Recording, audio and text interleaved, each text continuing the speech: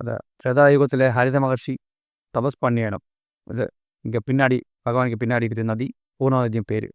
பூர்ணாநதிக்கல்ல ஹரித மகர்ஷி தபஸ் பண்ணிட்டு விஷ்ணு தரிசனம் கிடச்சிது. அப்படியே விஷ்ணு பகவான் வந்து திருவாயுமொழி சொல்லி கொடுத்த இடம். திருமொழி என்ன சூக்தங்கள் சொல்லி கொடுத்த இடம். ஸ்ரீசூக்திநாதன் விஷ்ணு இங்கே இருக்குது. அது முடிஞ்சு பஞ்சவடியில் வனவாச காலத்து ராமன் சீதா சேர்ந்திருக்க சமயத்தில் பரதன் லக்ஷ்மணன் பார்த்துட்டு பரதன் சேனா சேர்த்து வரும் பார்த்துட்டு ராமனுக்கிட்ட போய் சொல்லிட்டேன், நான் நம்ம தம்பி மட்டும் யுத்தத்துக்கு வரேன்னு சொல்லிட்டு.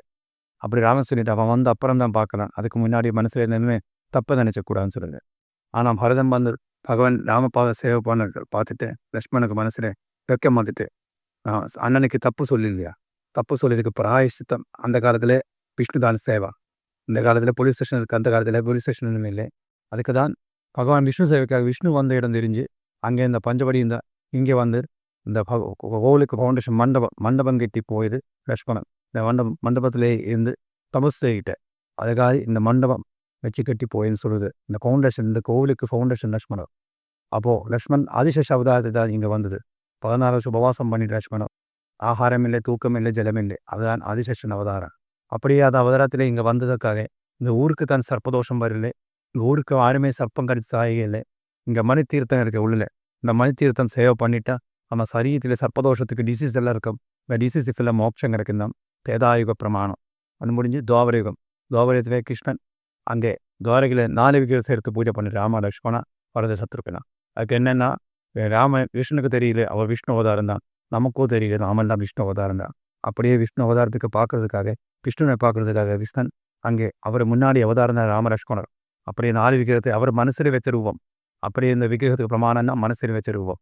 இந்த விக்கிரகத்தை வச்சு பூஜை பண்ணிட்டு துவாபரகம் முடிஞ்சு கலியுகத்தில் துவாரகா சமுதிரத்தில் முங்கி போய சமயத்தில் இங்கே விக்கிரகம் எல்லாமே சேர்ந்து இங்கே பின்னாடி நான் சொல்லிடல ஃபஸ்ட்டு சொல்லி நதிக்கரையில் வந்து மீன் பிடிக்க போகிறது விக்கிரகம் கிடச்சிது.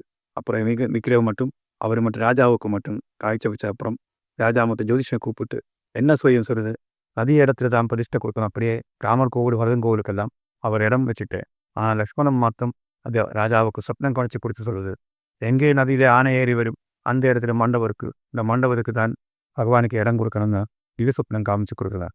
அப்படியே அவர் பார்த்துட்டு இந்த நதியில் தான் ஆனை ஓடி வந்தது. அப்படியே எங்கள் மண்டபம் பார்த்துட்டு 3 யுகத்துக்கு முன்னாடி லக்ஷ்மணம் வச்சு போய மண்டபம் பார்த்துதான் இந்த கலியுகத்தில் அந்த ஆனை வழி காமிச்சு கொடுக்குறதாக. அப்படியே ஆனைக்கு ஃபஸ்ட்டு இடம் கொடுத்து அப்புறம் ஆனை அப்பிரத்யட்சமாகி போயிட்டு அது முடிஞ்சுதான் லக்ஷ்மண சாமிக்கு இங்கே மண்டபத்திலே பீடம் வச்சு பிரதிஷ்டை பண்ணி கொடுக்குது. அதான் நீங்கள் விக்கிரக ஸ்டோரி. விக்கிரகம் மட்டும் அமானுஷ விக்கிரம். 4 விக்கிரகத்துமே பிரமாணம்னா கிருஷ்ணன் மனசிலே வச்ச ரூபம். அவரே ஷிப்பி. அந்த காலத்தில் மனுஷன் யாரும் இல்லை, பகவான் தான் கிரியேட்டர் தான் விக்கிரகத்துக்கு. அதான் நீங்கள் அமானுஷ விக்கிரகம்.